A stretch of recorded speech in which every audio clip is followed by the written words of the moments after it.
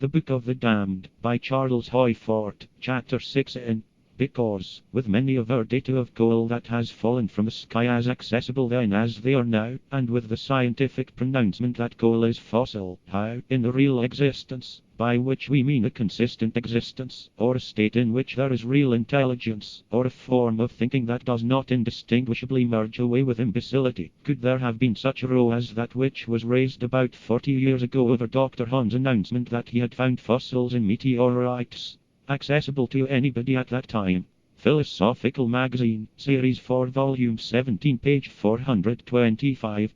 That a substance that fell at Kuba, Hungary, April 15, 1857, contained organic matter analogous to fossil waxes, or limestone. Of the block of limestone which was reported to have fallen at Middleburg, Florida, it is said, Science, Volume 11, page 118, that, though something had been seen to fall in an old cultivated field, the witnesses who ran to it picked up something that had been upon the ground in the first place.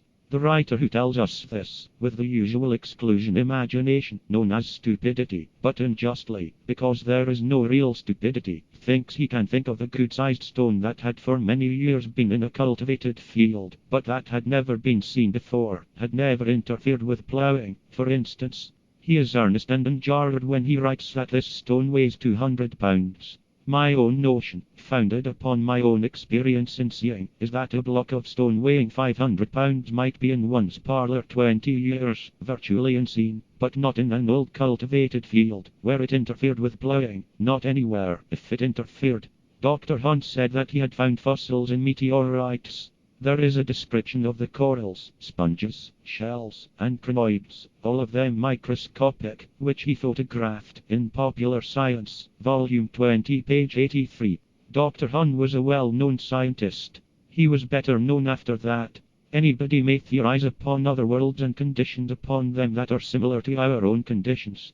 If his notions be presented undisguisedly as fiction, or only as an interesting hypothesis, he'll stir up no prude rages. But Dr. Hunt said definitely that he had found fossils in specified meteorites. Also he published photographs of them. His book is in the New York Public Library. In the reproductions every feature of some of the little shells is plainly marked. If they are not shells, neither are things under an oyster counter. The striations are very plain. One sees even the hinges where bivalves are joined. Professor Lawrence Smith, Knowledge, Volume 1, page 258. Dr. Hunt is a kind of half-insane man, whose imagination has run away with him. Conservation of continuity. Then Dr. Wineland examined Dr. Hunt's specimens. He gave his opinion that they are fossils and that they are not crystals of enstatite, as asserted by Professor Smith, who had never seen them. The damnation of denial and the damnation of disregard. After the publication of Dr. Wineland's findings, silence.